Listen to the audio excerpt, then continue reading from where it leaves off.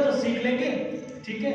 और यदि आपके पास कागज है तो कागज से आप देख सकते हैं, यहोवा तेरे समान नहीं कोई नहीं।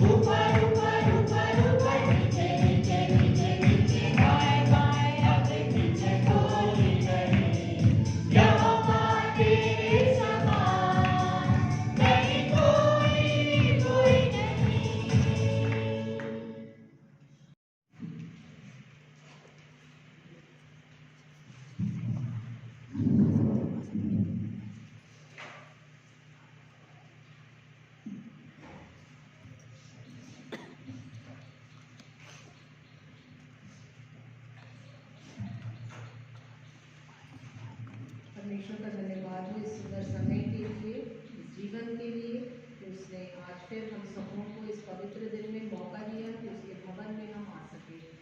अपने वचन में जाने से पहले हम लोग एक छोटी सी प्रार्थना करेंगे, अपनी आंखों को बंद करेंगे, सरों को झुकाएंगे। धन्यवाद धन्यवाद धन्यवाद पिता परमेश्वर, एक बार फिर आपके चरणों में आते हैं, हृदय से धन्यवाद देते हैं पिता परमेश्वर आज के पवित्र दिन के लिए, जीवन के लिए पिता परमेश्वर, इस समय के लिए जो आपने हम सबों को दिया पिता परमेश्वर कि आज हम आपके भवन में उपस्थित हो सके। जो वचन पिता परमेश्वर आज आप हमें देना चाहते हैं, इसकी प्रार्थना है उसके अपने अनुग्रह का हाथ होने दीजिए पिता परमेश्वर।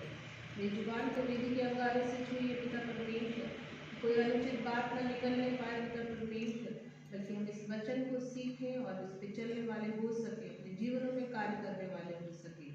जहाँ कहीं भी आपके नाम से आज के दिन वचन बोया जाता है पिता परमेश्वर, हर जगह अपनी आशीष का हाथ होने दीजिए। हर बातों के लिए धन्यवाद पिता परमेश्वर, इस आगे के समय को आपके हाथों में देते हुए ये प्रार्थना का उद्धार करते प्रभु यीशु मसीह के नाम से मांग लेती हूँ, सुनिए और ग्रहण कीजिए पिता, आमीन।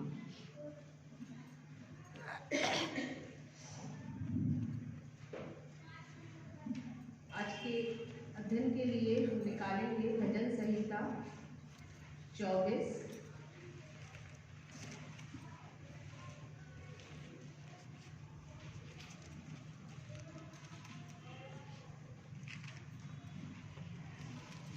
यहाँ इस प्रकार लिखा है, पृथ्वी और जो कुछ उसमें है यहोवा ही का है, जगत और उसमें निवास करने वाले भी, क्योंकि उसी ने उसकी समुद्रों के ऊपर रन करके रखी और महानदों के ऊपर स्थिर किया है। यहोवा के पर्वत पर कौन चढ़ सकता है और उसके पवित्र स्थान में कौन खड़ा हो सकता है।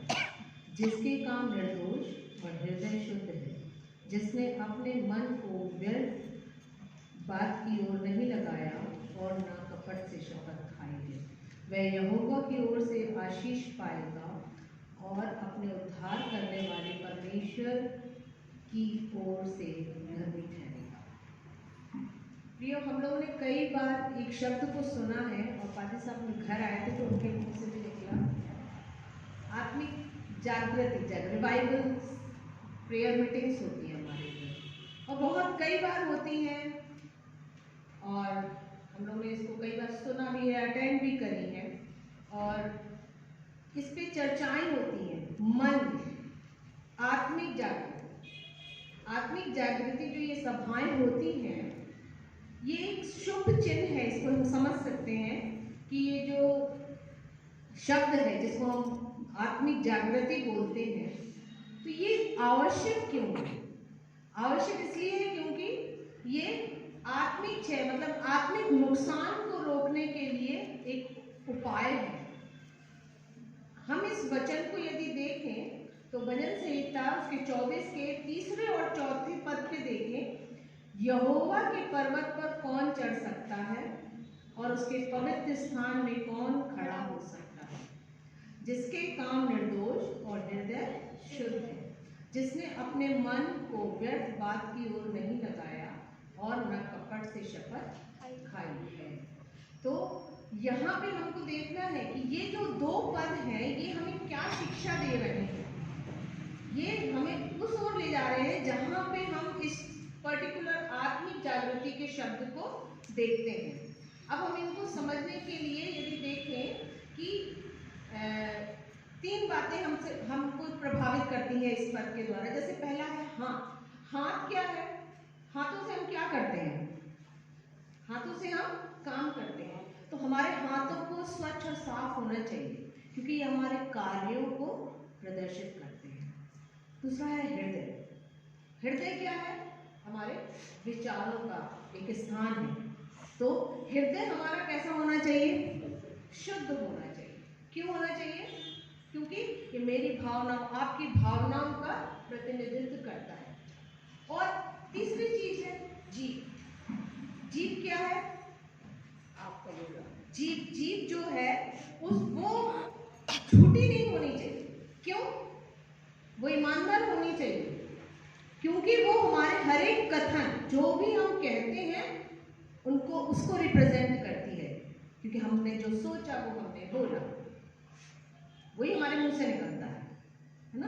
तो ये जो 3 बातें हैं, यानी कि हाथ, हृदय और जी, ये 3 बातें जो है हमारे कार्य को, हमारी भावनाओं को और हमारे कथन, तो ये हमारे वास्तविक जीवन यानी कि चरित्र का प्रतिनिधित्व करती है। अब यदि हम आत्मिक जागृति की बात करें तो इसको समझना बहुत जरूरी है कि आत्मिक जागृति है क्या, इसका अर्थ क्या है। आत्मिक जागृति को हम यदि देखें तो इसका अर्थ उपेक्षा या निर्जीवता, डेड, जिसको हम बोलते हैं मरा हुआ, तो उस स्थिति से फिर जीवित हो जाना या फिर से सेंस में आना, पुनर्चेतना में आना या फिर शक्ति प्राप्त कर लेना, पावर ले लेना, तो वो है क्या, आत्मिक जागृति। तो आत्मिक जागृति को हमें समझना है कि आत्मिक जागृति और सुसमाचार का प्रचार होता है, लेकिन इन दोनों में अंतर है। एक बात नहीं है, सुसमाचार का प्रचार अलग बात है और आत्मिक जागृति, इसमें थोड़ा अंतर है। पापी के लिए जो है वो सुसमाचार की आवश्यकता है, जो बिल्कुल पापी है, जो कभी नहीं जाना है, तो उसको, वो परमेश्वर से दूर है, तो उसको जागृत, उसको बताने के लिए सुसमाचार चाहिए। क्यों? जिससे उसे प्रभु की आवश्यकता हो। लेकिन जो दोबारा जन्मा मसीही है और फिर से वो पाप में जीवन में चला गया है, इसको हम अपने ऊपर लें, क्योंकि हम उद्धार पाए हुए, जन्म से बोलते हैं ना, हम बाय बर्थ मसीही हैं, लेकिन क्या रियल में हम उस बात को फुलफिल करते हैं? इसको समझना बहुत जरूरी है कि दोबारा जन्मा व्यक्ति जो है और फिर से वो पाप में जीवन व्यतीत करता है, तो उसको आत्मिक जागृति की आवश्यकता है। तो यदि जैसे जिसको बोलते हैं पाप, फिर से पाप में करना या बैक स्लाइड की स्थिति में वापस आना, वो क्या है, आत्मिक जागृति है। तो इसमें देखें कि जरूरी क्या है, सबसे ज्यादा जरूरी है आत्मिक जागृति में वापस आने के लिए पश्चाताप। तो क्या वाकई में हमने पश्चाताप करा है? पश्चाताप करेंगे तो हम आत्मिक जागृति को प्राप्त करेंगे या उसमें हम बने रहेंगे। तो सर्वशक्तिमान परमेश्वर के प्रति आज्ञाकारिता क्या है? एक नया आरंभ है आत्मिक जागृति का।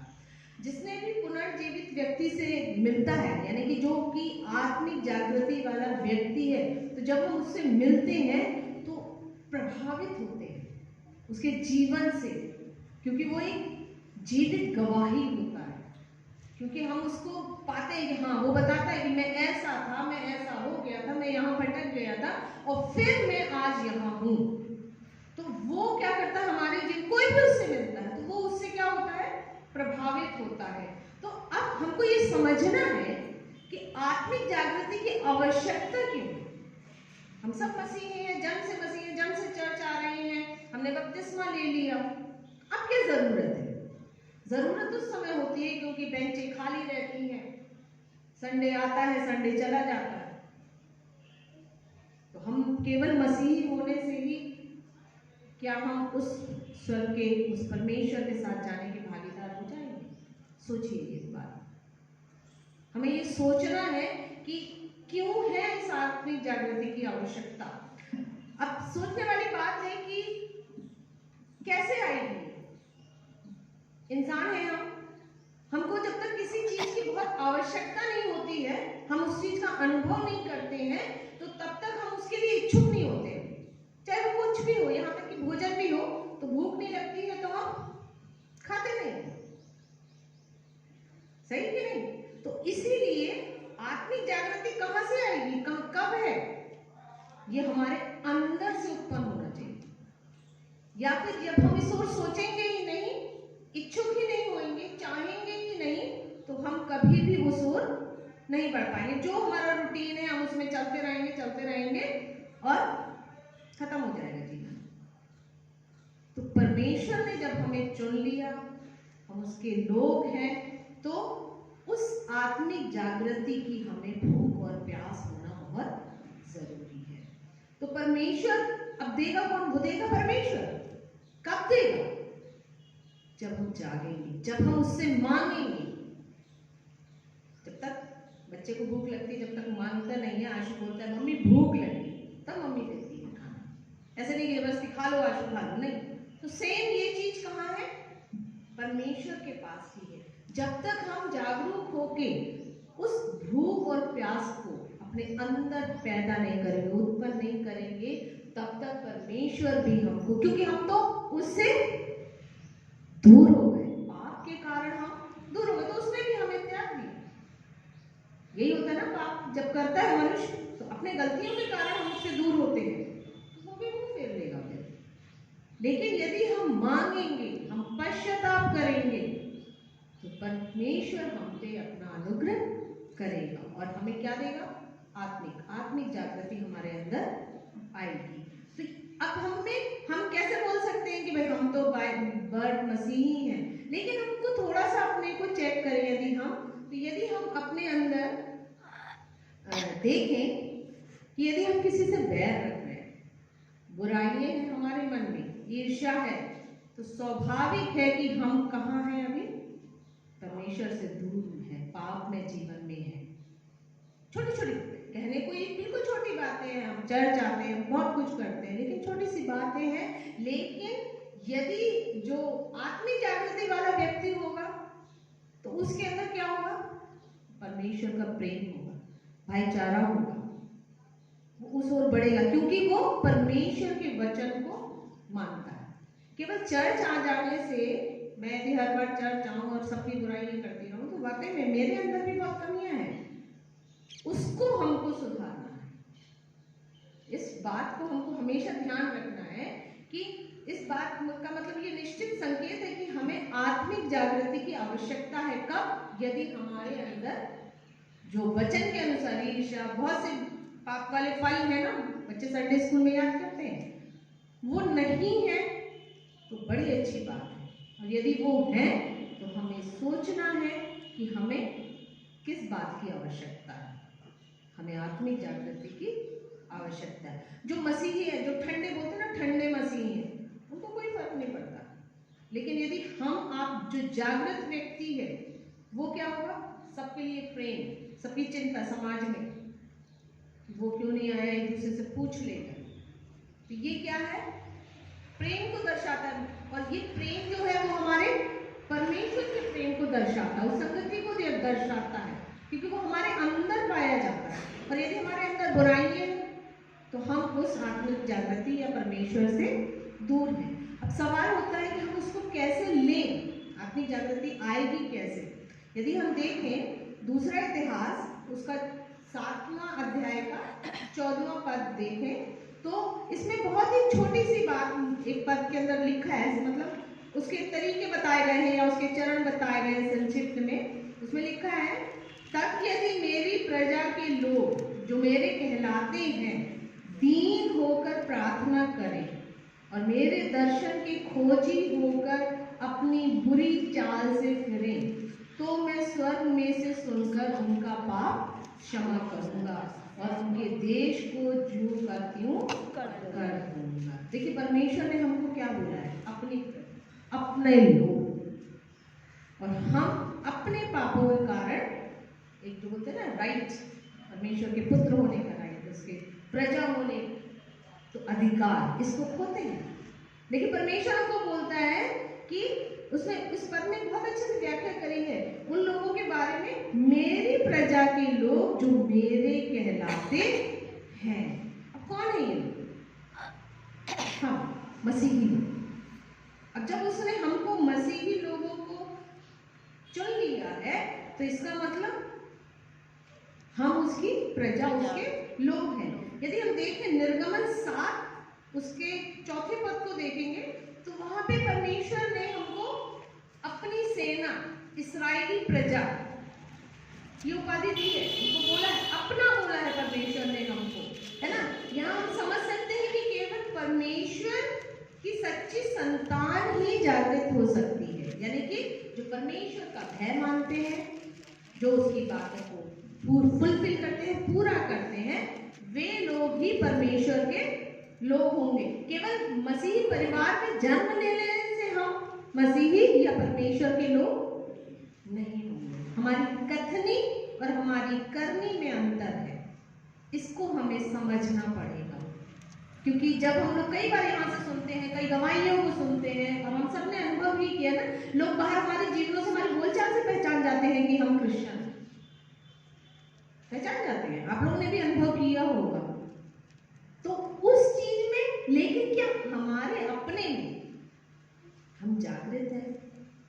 इतना हमारे प्रेम है, हम उस परमेश्वर के प्रेम में बने हुए हैं कि नहीं है? देखिए, पापियों को हृदय परिवर्तन और नए जन्म की आवश्यकता होती है। तो हमको ये मानना है, एक्सेप्ट करना है ना? तो अब आत्मिक जागृति को हम प्राप्त करने के लिए कैसे, क्या क्या उपाय कर सकते हैं? सबसे पहला क्या होगा? हमें दीन बनना है। हमें दीन बनना है, हमें झुकना है, हमें अपने आप को नम्र करना है, तब हम उस आत्मिक जागृति की ओर बढ़ सकते हैं। यानी कि मान सकते हैं हम, ये हमारी पहली सीढ़ी है, तब हम उस तक पहुंचेंगे। अब हम में घमंड होगा, हम में एटीट्यूड होगा, तो हम उससे दूर ही रहेंगे, क्योंकि हम दीन नहीं है। परमेश्वर दीन बना। जब हम परमेश्वर को मानते हैं, उसको फॉलो करते हैं, तो उसके जैसा, उसने हमें अपने स्वरूप में बनाया, तो हमारा जीवन भी उसके जैसा होना चाहिए। तो यहाँ हम देखें कि परमेश्वर के आगे हमको दीन बनना है, अपने हर एक पापों को मानना है, पश्चाताप करना है ना? यदि हम देखें कि दीन बनने का, दीन का विलोम हो जाता है अभिमान, घमंड। यदि वो हमारे अंदर है तो हम दीन बन पाएंगे? नहीं बन पाएंगे। परमेश्वर के आगे दीन नहीं बन पाएंगे, दिखाने के लिए नहीं हमें, क्योंकि जब हम जानते हैं कि हमें कोई नहीं देख रहा है, लेकिन हमारा परमेश्वर हमें देखता है, तो हमें जांचता है, हमें परखता है, तो हमें बहुत जरूरी है कि हम उसके आगे दीन बने, नम्र बने। और फिर एक उसका बहुत अच्छा तरीका उसने दे दिया है, प्रार्थना। हमें दूसरा स्टेप दीन बनने के लिए प्रार्थना को करना है।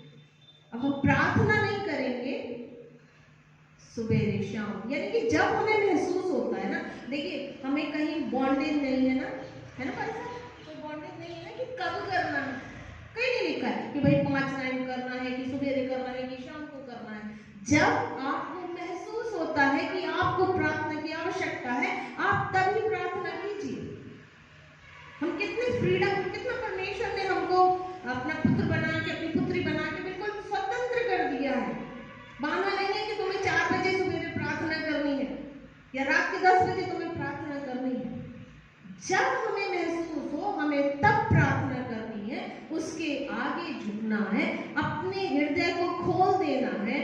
उसका वचन कहता है, अपनी कोठरी में जा, घुटने के बल हो, रो रो के प्रार्थना, है ना? हमें किसी मनुष्य के आगे गिड़गिड़ाने की जरूरत नहीं है। हमारा परमेश्वर हमारी प्रार्थनाओं को सुनने वाला परमेश्वर है। वो हमें प्रतिदिन अपनी आशीषें देता है। उसने कहा, मांगो तो तुम्हें दिया जाएगा। तो क्या हम अपने मुंह को खोल के, अपने पापों का अंगीकार करके, उसके सामने आंसुओं को बहा के पश्चाताप करते हैं? क्या हम उससे मांगते हैं कि हम मनुष्यों की ओर देखते हैं? बहुत सोचने वाली बात है। बहुत सी जरूरतें होती हैं, हम लोग इधर उधर ताकने लगते हैं, लेकिन परमेश्वर कहता है, मुझसे मांग, मैं तुझे दूंगा। कितना विश्वास का वचन है। और फिर आता है कि हमें परमेश्वर के खोजी होना है। क्या हम उसे ढूंढते हैं? हम लोगों की मदद के लिए इधर उधर ढूंढने लगते हैं, लेकिन क्या हम परमेश्वर को खोजते हैं? जब हमने पाप किया तो उसने हमें छोड़ दिया, है ना? वो हमसे फिर गया। तो अब जब वो हमसे दूर हुआ, तो हमने क्योंकि पाप किया था, तो अब हमको ढूंढना है, हमें उसके खोजी होना है, तब वो हमें क्षमा करेगा, हमें अपने पापों से छुटकारा देगा। तो हमें उसके दर्शन के खोजी होना है, अपनी चाल से, बुरी चाल से, बहुत सी बुरी चाल, हम दिन भर में बहुत सी गलतियां कर देते हैं। हमें अपने पापों, अपनी बातों, अपनी गलतियों के लिए उससे पश्चाताप करना है, मतलब उस बुरी चाल से फिर जाना है, फिर उसमें नहीं पड़ना है, क्योंकि हम उसके साथ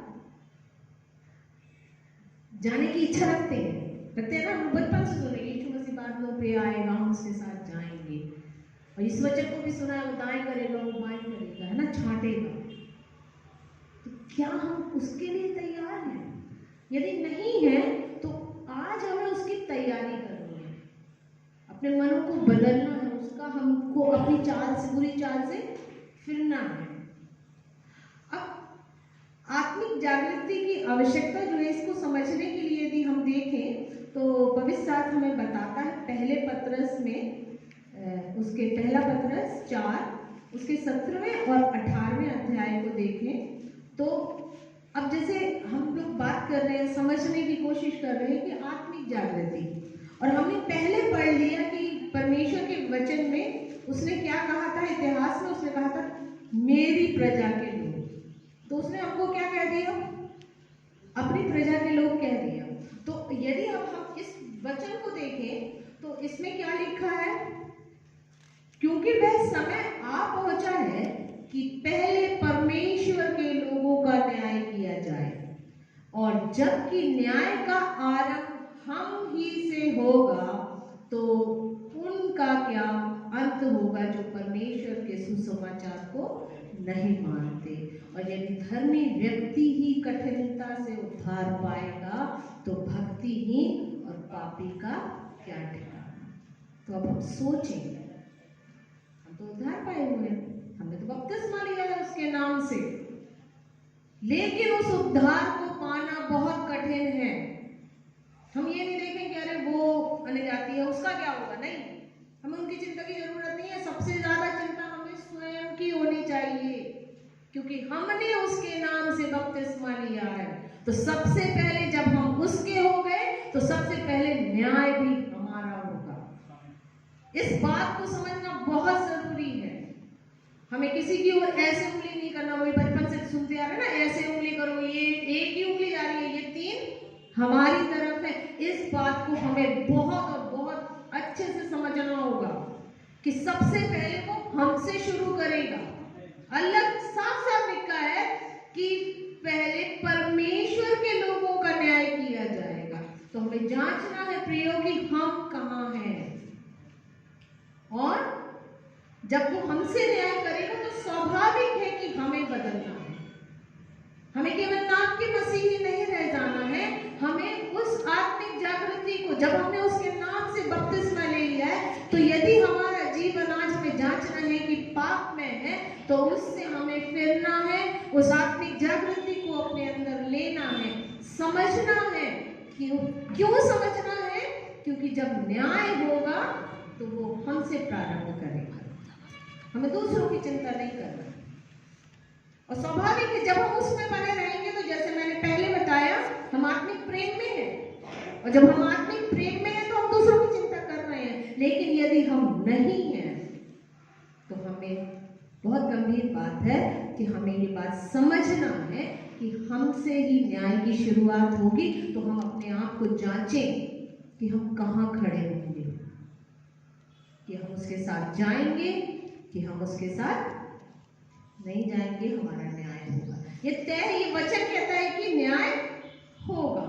तो इससे हम समझ सकते हैं कि यदि हम उसके जन हैं, बाइबल कह रही है ना, हम उसके जन, मेरी प्रजा के लोग, हम उसकी प्रजा हैं, तो हमारा न्याय होगा। अब हम लोग भटकते हैं, बहुत इंसान है, बहुत जल्दी भटकते हैं। संडे आया, हाँ ठीक है, लेकिन इस बार बहुत काम है तो इस संडे को हम नहीं जाते हैं। ये हमारा नेचर है, मनुष्य का स्वभाव है। तो यदि हम लूका 10 देखते हैं तो उसने लिखा है, उसमें लूका 10 उसका 27वां पद,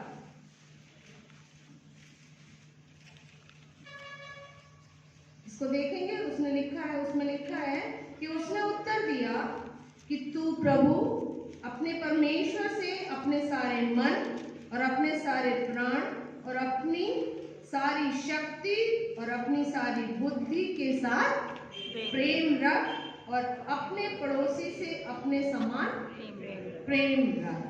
तो ये हम यहाँ समझते हैं तो क्या पाते हैं कि एक जागृत मसीही ही, फिर वही शब्द, जागृत मसीही ही अपने परमेश्वर से अपनी सारी शक्ति से, अपने सारे मन से, अपने सारे प्राण से, अपनी सारी बुद्धि से प्रेम रख सकता है, सब कुछ। तो लेकिन होता क्या है, हम भटक जाते हैं, है ना। पूछो कौन किसको प्रेम करते हैं? अपनी मम्मी को बहुत प्यार करते हैं, मैं भी कहती हूँ पापा को बहुत प्यार करती हूँ, है ना। तो ये एक ह्यूमन नेचर है। लेकिन जब हम उसके लोग हैं तो हमें किससे प्रेम करना है? परमेश्वर से। उतना यहाँ पे जो उसने हमको रिलेशन दिए, हमारे रिश्ते दिए, उनसे तो ठीक है, लेकिन यदि हम उस रिश्ते को, माँ बहन बेटी पिता, बहुत से रिश्ते हैं जो उनको ज्यादा प्रेफरेंस देते हैं तो क्लैश आ जाता है ना। क्योंकि वचन तो क्या कह रहा है, वचन क्या कह रहा है? उस जो धर्मी जन है परमेश्वर से अपने सारे मन और सारे प्राण से, है ना। तो हम अपनी सारी शक्ति से क्या करें? सिर्फ परमेश्वर से प्रेम करें। बाकियों से, मम्मी से, पापा से, बेटे से, बेटी, सबको प्यार करना है, लेकिन ऊंचाई ज्यादा कैसे करना है? परमेश्वर से प्रेम करना है। लेकिन हम बहुत सी बातों में पीछे हो जाते हैं, यहीं पे हमसे गलती हो जाती है, हम भटक जाते हैं, क्योंकि ये हमारी जिम्मेदारियां हैं।